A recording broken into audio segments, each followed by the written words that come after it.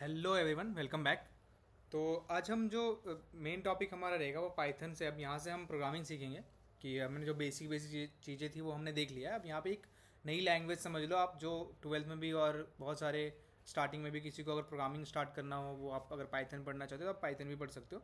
तो उसके लिए हम एक पाइथन वाली एक पूरी की पूरी अभी यहाँ से स्टार्ट करने वाले हैं। यहाँ से हम पूरा पाइथन समझेंगे किस तरह से, क्या इसके अंदर किस तरह से ये डिफरेंट है, ऐसा समझ सकते हैं कि अभी एडवांस बोला जाता है पाइथन को, क्यों बोला जाता है, ये सारी चीज़ें हम यहाँ पे देखने वाले हैं। ठीक है, तो सबसे पहले बात तो हम पहले प्रोग्रामिंग ही समझेंगे। प्रोग्रामिंग होता क्या, ये तो हमने देख लिया था। अगर आपको नहीं पता तो आप एक मेरा यहाँ पे प्ले लिस्ट होगा जो जावा करके है, उसमें मैंने प्रोग्रामिंग क्या होता है उससे रिलेटेड सारे इन्फॉर्मेशन दिए थे, तो आप वहाँ पे एक बार उसको रेफर कर सकते हो। फिर भी मैं शॉर्ट में बता देना चाहता हूँ कि जब भी हम कोई किसी भी कंप्यूटर से कम्युनिकेट करना चाहते हैं, मान लो कि आपका ये कंप्यूटर डिवाइस है, इसके अंदर से कुछ भी कम्युनिकेशन करनी है आपको, मान लो कि आपको प्रिंट करने को बोलना है या कुछ भी बोलना है, ठीक है, कि आपको प्रिंटर चलाना है या किसी एक इस पर्टिकुलर इमेज को आपको प्रिंट करके निकालना है, तो ये सारी चीज़ें हम यहाँ से एक कमांड के थ्रू देते हैं। और उस कमांड को हम क्या क्या करते हैं कि एक प्रोग्रामिंग में लिखते हैं। जैसे मान लो कि मैंने एक लंबी सी कोई लाइन लिखी है और उसमें उसका मतलब ये होता है कि आप एक यहाँ पे मूवी का आइकन है उसको प्ले करो, ठीक है, इसका पूरे का मतलब यही होता है। तो ये पूरा जब एग्जीक्यूट करेगा तो वो उस मूवी को प्ले करना स्टार्ट कर देगा, ठीक है। तो एक तरह समझ लो कि कंप्यूटर से जब कम्युनिकेट करना होता है तो हमें कोई एक प्रोग्रामिंग लैंग्वेज की जरूरत पड़ती है, इंटरमीडिएट की। जैसा हमने एग्जाम्पल भी देखा था कि अगर कोई दूसरे लैंग्वेज की कोई जिसको, जैसे चाइनीज़ का मैंने एग्जाम्पल दिया था उस टाइम पे, अगर कोई चाइनीज़ व्यक्ति है, ठीक है, और एक हमारे पास इंडियन पीपल है, और उन दोनों के बीच में अगर कम्युनिकेशन करानी है तो हमें पता है कि कोई एक कॉमन लैंग्वेज आनी चाहिए। मान लो अगर चाइनीज़ है तो उसको इंग्लिश आनी चाहिए, और जो इंडियन है उसको भी इंग्लिश आनी चाहिए, तभी वो कम्युनिकेट कर पाएगा, तभी वो ट्रांसलेट कर पाएगा, समझ पाएगा कि हाँ वो क्या बोल रहा है। या फिर जब तक कोई कॉमन लैंग्वेज नहीं होगी तो समझ नहीं आएगा। तो ऐसे ही हमारे पास जो एक प्रोग्रामिंग लैंग्वेजेस होते हैं वो कॉमन होती है, जिसको कंप्यूटर भी समझता है और ह्यूमन को भी समझना पड़ता है, मतलब उसको लर्न करना पड़ता है। ऐसा नहीं कि हम स्टार्टिंग से समझते आते हैं, ठीक है, तो हमें लर्न करना पड़ता है उस चीज़ को और हम उस तरह से उसको करते हैं, ठीक है। तो यहाँ पे अलग अलग लैंग्वेजेस है, जैसे हमने जावा की भी एक प्लेलिस्ट बनाई तो जावा है, ठीक है, ऐसे ही हमारे पास पाइथन भी है और सी प्रोग्रामिंग है, अलग अलग लैंग्वेजेस है। तो अभी जो हम चलने वाले हैं वो हमारे पास पाइथन है। ये पाइथन बहुत ही एडवांस क्या बोलते हैं फीचर्स के साथ आता है, जिसमें हमें बहुत सारी लाइब्रेरीज मिलती है, जहाँ पे हमें बहुत ही ह्यूज लाइन ऑफ कोड नहीं लिखने पड़ते, बहुत ही शॉर्ट लाइन ऑफ कोड लिख के हम किसी एक ऑपरेशन को एग्जीक्यूट कर सकते हैं, ठीक है। तो वो सब चीज़ें पाइथन के अंदर पॉसिबल होता है। अब बात करें सेम चीज़ें जो यहाँ पे होती है, टोकन्स जो होती है, टोकन सबसे पहले हम टोकन्स ही पढ़ते हैं पाइथन, जो पाइथन के अंदर हो या फिर किसी प्रोग्रामिंग लैंग्वेज के अंदर हम टोकन्स पढ़ते हैं। टोकन क्या होता है, स्मॉल रिप्रेजेंटेशन। आप मान लो कि पूरा का पूरा अगर हम मैं लिखता हूँ, ठीक है, आप अगर जावा की बात करो या किसी प्रोग्रामिंग लैंग्वेज की बात करो, तो आपने एक वर्ड लिखा इंट, ठीक है, जिसको हम इंटीजर से रेफर करते हैं। मैं एक एनोनिमस ले रहा हूँ, ये पाइथन का कोड नहीं है, ठीक है, इंट ए इक्वल टू 10, ठीक है, और आगे मैं कुछ और लिख रहा हूँ, लेट से एक फंक्शन का नाम फंक्शन 1 है, और इसके अंदर मैं यहाँ पे एक फंक्शन का साइन दे रहा हूँ, ये सारा मैंने लिखा, ठीक है। अब क्या है कि जो स्मॉल यूनिट है, स्मॉल यूनिट मतलब ये पूरी की पूरी एक यूनिट बोलेंगे हम, कि यहाँ से आई एन टी एक सिंगल वर्ड है, ऐसे ही ये हमारा एक ए जो है वो सिंगल वर्ड है, ऐसे ये फंक्शन जो नेम है पूरा ये सिंगल वर्ड है। तो इन सबको टोकन बोलते हैं। इसको क्या बोलेंगे, इसको बोलते हैं डेटा टाइप।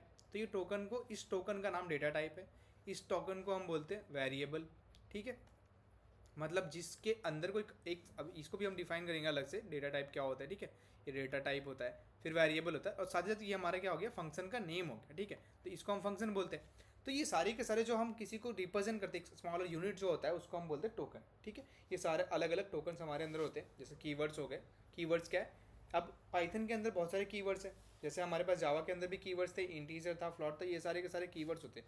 वॉइड हो गया, स्टैटिक हो गया, ये सारे के सारे हमारे कीवर्ड्स थे। ऐसे ही हमारे पास पाइथन के अंदर भी कीवर्ड्स होते हैं। अब मैं एक एग्जांपल, ये टोकन अगर आपको थोड़ा सा कन्फ्यूजन हो रहा हो क्योंकि आप अगर फर्स्ट टाइम सुन रहे हो, तब समझो एक सिंपल प्रोग्राम लिखता हूँ मैं पाइथन का, बहुत सिंपल है, आप इसको समझना मत कि क्या लिख रहा हूँ मैं, उसको समझने की जरूरत नहीं, बस ये देखना कि टोकन क्या बोलते हैं, ठीक है। मान लो मैंने 4 A1 लिखा है यहाँ पे, ठीक है, इन रेंज, ये एक फॉर लूप होता है एक्चुअली में, लूप क्या होता है वो भी हम देखेंगे, अच्छे से देखेंगे सब कुछ, तो घबराने की जरूरत नहीं, बस आप यहाँ पे देखो कि समझ लो कि ये एक हमारा एक प्रोग्राम है, ठीक है। अब यहाँ मैंने इफ़ का एक कंडीशन लगाया, A% 2 इक्वल टू 0, ठीक है, और साथ ही मैं यहाँ पे एक लाइन लिख रहा हूँ प्रिंट, ठीक है, और यहाँ पे हम A1, ये हमने यहाँ पे एक लाइन लिखी। अब समझो ये सब के सब एक अलग अलग रिप्रेजेंटेशन है, यहाँ पे एक अलग है, ये अलग वर्ड है, ये अलग वर्ड है, ये अलग वर्ड है, तो सारे अलग अलग वर्ड्स है। तो हम इन सबको क्या बोलते हैं, टोकन्स बोलते हैं सबको। यहाँ पे A1 असाइन किया हुआ, 10 असाइन किया, सबको हम कुछ ना कुछ टोकन बोलते हैं। जैसे ये जो 4 है ये हमारा कीवर्ड के अंदर आता है, कि मतलब ये सारे के सारे प्री डिफाइंड जो है वो यूज होते हैं इसके अंदर। तो हम इसको किसी वेरिएबल का नाम नहीं दे सकते, कि मान लो मैंने फंक्शन बना दिया 4 नेम का, 4 नेम से कोई फंक्शन बना दिया, वो नहीं कर सकते हम। ये पहले से प्री डिफाइंड जो होते हैं उसको हम बोलते हैं कीवर्ड्स, ठीक है। जैसे ये इन है, ये पाइथन के अंदर प्री डिफाइंड है, इसको हम बोलेंगे कीवर्ड। ये इफ़ जो है ये पाइथन के अंदर प्री डिफाइंड है, तो हम इसको बोलेंगे कीवर्ड, ठीक है। ये सारे हमारे कीवर्ड के अंदर आते हैं।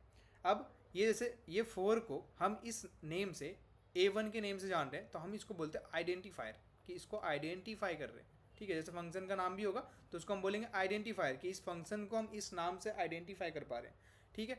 यहाँ A1 हो गया, इसी A1 को हम यहाँ पे भी लेते हैं, इसको भी हम बोलेंगे आइडेंटिफायर। अब ये जो आप देख रहे होगे यहाँ पे, ये जो हमने कॉलन लगाना था हमें, यहाँ एक्चुअली सेमी कॉलन नहीं है, ये कॉलन है, ठीक है। तो ये जो कॉलन है इसको हम क्या बोलते हैं, इसको बोलते हैं पंक्चुएशंस। जैसे ये कॉमा हो गया, ये कॉलन हो गया, ये कॉलन, इसको बोलते हैं हम पंक्चुएशन। तो ये सारे के सारे टोकन के अंदर आते हैं, पंक्चुएशन P1, ठीक है। पंक्चुएशन, ये हमारे पंक्चुएशंस हो गए। अब लिटरल्स क्या होते हैं, जो अंदर में हम डायरेक्ट वैल्यू यूज़ करें, जैसे 1, 10, 2, 0, ये सारे के सारे क्या हो गए, ये सारे के सारे हमारे लिटरल्स हो गए, ठीक है। इसको बोलते हैं लिटरल्स। अब ये जो आप देख रहे हो परसेंटेज का साइन, डबल इक्वल टू का साइन, ठीक है, ये सारे जो साइंस दिख रहे हैं इसको बोलते हैं हम ऑपरेटर्स, ठीक है। होप सो आपको समझ में आ रहा होगा थोड़ा थोड़ा, ठीक है। आप समझो जितने भी जो ऑपरेशन है, एक्चुअली हम ये जो परसेंट का साइन हो या डबल इक्वल टू का साइन हो, प्लस का साइन हो, ये सारे ऑपरेशंस करते हैं ना, तो इनको हम ऑपरेटर बोलते हैं। ये सारा सारा जो हमने किसी को आइडेंटिफाई करने के लिए ये बनाया, फंक्शन का नाम, जैसे ऊपर हमने फंक्शन का नाम फंक्शन 1 लिखा था, तो वो एक आइडेंटिफायर था, ठीक है। ये सारे जो प्री डिफाइंड है उसको हम कीवर्ड बोलते हैं। ये जो पंक्चुएशंस बोलते हैं इसको तो आपको पता ही होगा, ये तो बहुत ही बेसिक्स है, ठीक है। तो इतने सारे हमारे पास टोकन्स होते हैं एक पाइथन के अंदर। वैसे ही हमारे पास कीवर्ड्स, अब आ जाते हैं कीवर्ड के ऊपर। कीवर्ड क्या होता है, कीवर्ड एक मतलब समझ लो कि हम जितने भी स्पेशल मीनिंग होता है हर एक कीवर्ड का, किसी हर एक प्रोग्रामिंग लैंग्वेज के अंदर अलग अलग कीवर्ड्स होते हैं, उसका स्पेशल मीनिंग होता है। कि हमारे पास अगर समझ लो अभी यहाँ पे हमने इफ़ लिखा, तो इफ़ का अलग मीनिंग है, इफ़ क्या काम करता है इसके अंदर, कोई कंडीशन पे हम इसको वर्क कराते हैं कि अगर ये पर्टिकुलर कंडीशन हो रहा है तो इसके अंदर के कोड को एग्जीक्यूट करो, ठीक है।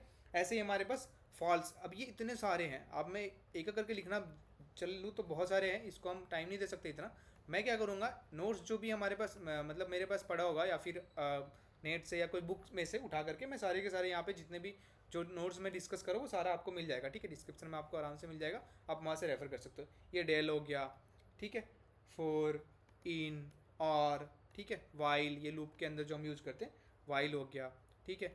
फिर नन करके एक आता है, ब्रेक आता है, ठीक है, ब्रेक, इफ़ तो हमने लिख दिया ना, नहीं लिखा, इफ़ हो गया, एल्स इफ़ को एल इफ़ लिखते हैं यहाँ पे, फ्रॉम लिख, ये जो फ्रॉम हो गया, इज़ हो गया, ठीक है, पास हो गया, वीथ हो गया, ये सारे के सारे क्या होते हैं इसके अंदर हमारे कीवर्ड्स हैं, जो कोई स्पेशल मीनिंग सबका, जैसे ब्रेक का अलग मीनिंग होता है, वाइल अलग जगह यूज होती है, फोर अलग, आप जो देख देख के समझ में आएगा जब धीरे धीरे प्रोग्रामिंग हम स्टार्ट करेंगे तब, ठीक है। आइडेंटिफायर समझ में आ गया, किसी का भी नेम होता है उसको आइडेंटिफायर बोलते हैं, ठीक है। जैसे मान लो कि मैंने एक वेरिएबल बनाया, वेरिएबल क्या होता है, अब पहले वेरिएबल डिस्कस कर देते हैं। वेरिएबल क्या होता है कि जिसके अंदर हम कोई वैल्यू स्टोर करते हैं, जैसे एक कंटेनर समझ लो कि आपके पास अगर 10 एक डिजिट है, इसको कहीं पे स्टोर करना है, तो इसको हम क्या, इसको हम कहाँ स्टोर करेंगे, कोई एक कंटेनर होना चाहिए, तो इसको तो मेमोरी में स्टोर करते हैं, ठीक है, ये हमारी मेमोरी में चलेगी 10।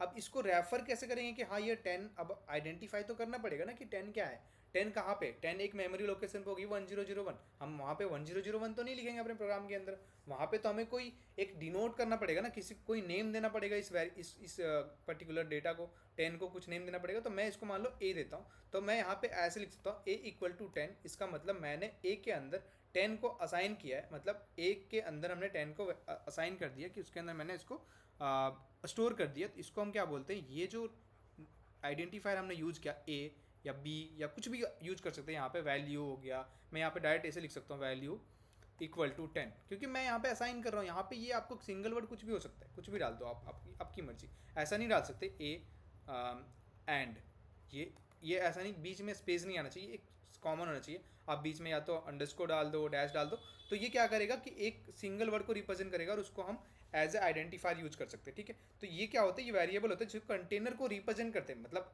ऐसे कहने का तो इसको हम कंटेनर बोलते हैं, पर करता कैसे काम है, ये मेमोरी में जहाँ पे भी स्टोर हुई होगी वहाँ पे एक तरह से ये बस आइडेंटिफायर के रूप में काम करता है कि ए है, इसके ये मेमोरी लोकेशन पे ए में हमारा 10 स्टोर है और आपको 10 ही वहाँ पे प्रिंट करके देगा जब जब आप ए को प्रिंट करना चाहोगे, ठीक है, समझ आया। तो ये हमारे क्या होते हैं, ये होते हैं हमारे वेरिएबल्स, ठीक है। अब ये वेरिएबल को जो हमने नाम दिया, जैसे इसका नाम मैंने ए रखा है, कहीं पे हमने वैल्यू रखा है, कहीं पे हमने फॉल्स रखा है।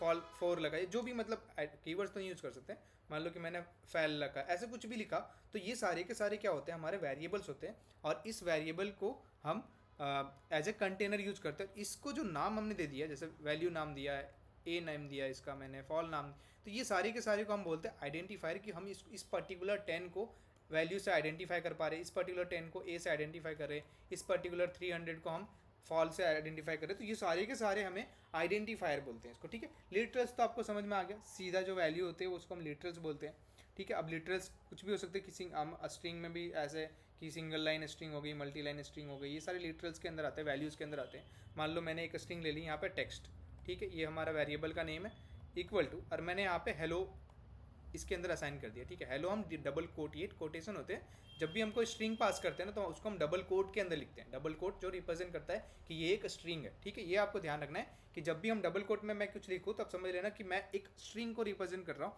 वो एक स्ट्रिंग होती है। जैसे हमें नेम, हमारा किसी का भी नेम होता है, उस नेम को हम एज ए स्ट्रिंग लिखते हैं, ठीक है।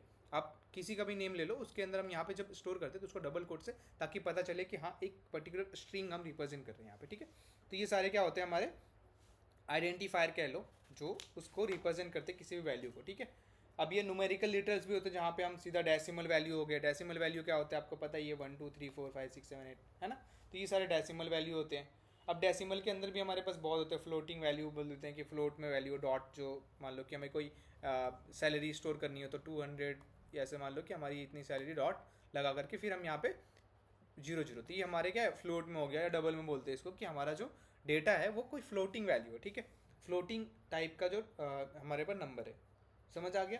तो ये सारे सारे हमारे पास इतने सारे ये चीज़ें होती है, ठीक है। अब रह गई बात, हमारे पास पाइथन के अंदर ऑपरेटर्स होते हैं कुछ कुछ, जो ऑपरेटर आप अगर मैं मतलब ये वीडियो लंबी ना हो जाए, मैं इसको एज ए इंट्रोडक्टरी रखना चाहता हूँ, ठीक है। इसके बाद जो हम देखने वाले उसमें हम ऑपरेटर समझेंगे अच्छे से, ठीक है। कुछ पंक्चुएटर्स होते हैं, जैसे आप समझ लो जो पंक्चुएशन मार्क हमने देखा ना, कॉलन हो गया, कॉमा हो गया, डबल कोट हो गया, हैशटैग्स हो गए, स्लैश हो गया, सारे ब्रैकेट्स हो गए, ये सारे के सारे पंक्चुएशन के अंदर आते हैं पाइथन के अंदर, आप समझो तो इसको हम पंक्चुएटर बोलते हैं।